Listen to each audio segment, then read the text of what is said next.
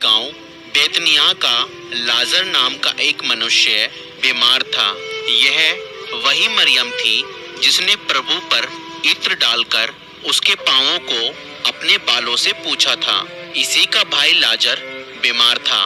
अतः उसकी बहनों ने उसे कहला भेजा, हे प्रभु, देख, जिससे तू प्रीति रखता है वह बीमार है। यह सुनकर यीशु ने कहा, यह बीमारी मृत्यु की नहीं परंतु परमेश्वर की महिमा के लिए है, कि उसके द्वारा परमेश्वर के पुत्र की महिमा हो। यीशु मार्था और उसकी बहन और लाजर से प्रेम रखता था। फिर भी जब उसने सुना कि वह बीमार है तो जिस स्थान पर वह था वहां 2 दिन और ठहर गया। इसके बाद उसने चेलों से कहा, आओ हम फिर यहूदिया को चलें। हमारा मित्र लाजर सो गया है परंतु मैं उसे जगाने जाता हूँ। तब चेलों ने उससे कहा, हे प्रभु, यदि वो सो गया है तो स्वस्थ हो जाएगा। यीशु ने तो उसकी मृत्यु के विषय में कहा था, परंतु वह समझे कि उसने नींद से सो जाने के विषय में कहा। तब यीशु ने उनसे साफ साफ कह दिया, लाजर मर गया है और मैं तुम्हारे कारण आनंदित हूँ कि मैं वहाँ ना था, जिससे तुम विश्वास करो। परंतु अब आओ हम उसके पास चलें। वहाँ पहुँचने पर यीशु को यह मालूम हुआ कि लाजर को कब्र में रखे 4 दिन हो चुके हैं। बेतनिया यरूशलेम के समीप कोई 2 मील की दूरी पर था। बहुत से यहूदी मार्था और मरियम के पास उनके भाई की मृत्यु पर शांति देने के लिए आए थे।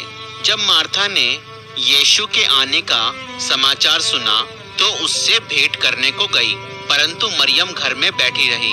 मार्था ने यीशु से कहा, हे प्रभु, यदि तू यहाँ होता तो मेरा भाई कदापि ना मरता। और अब भी मैं जानती हूँ कि जो कुछ तू परमेश्वर से मांगेगा परमेश्वर तुझे देगा। यीशु ने उससे कहा, तेरा भाई फिर जी उठेगा। मार्था ने उससे कहा, मैं जानती हूँ कि अंतिम दिन में पुनरुत्थान के समय वह जी उठेगा।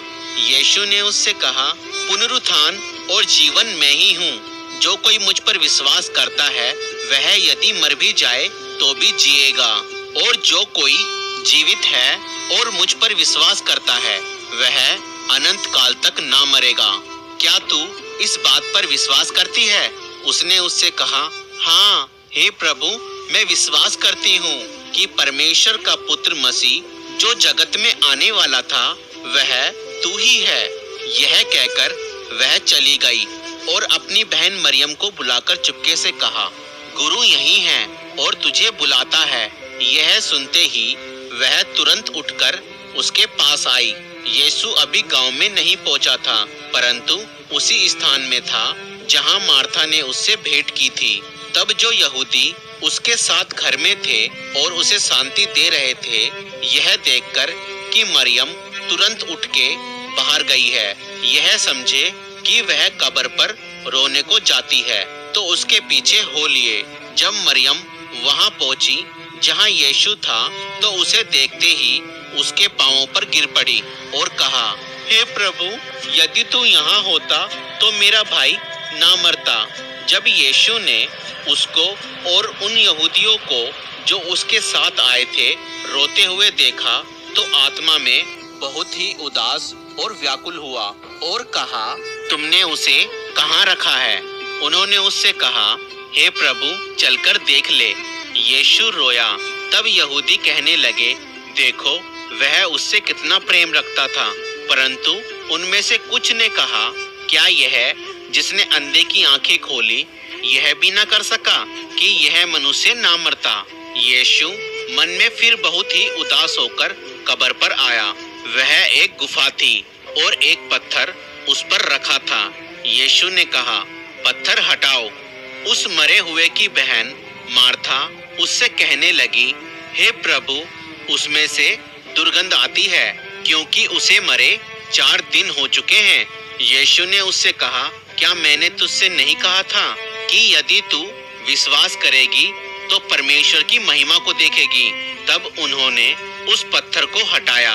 यीशु ने आंखें उठाकर कहा, हे पिता, मैं तेरा धन्यवाद करता हूँ कि तूने मेरी सुन ली है।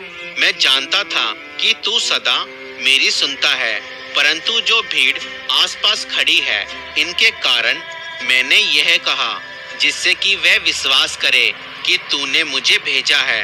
यह कहकर उसने बड़े शब्द से पुकारा, हे लाजर निकल आ।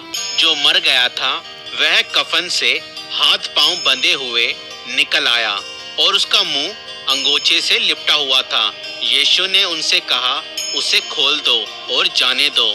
परमेश्वर के वचन को सुने जाने पर परमेश्वर आप सभी को आशीष दे।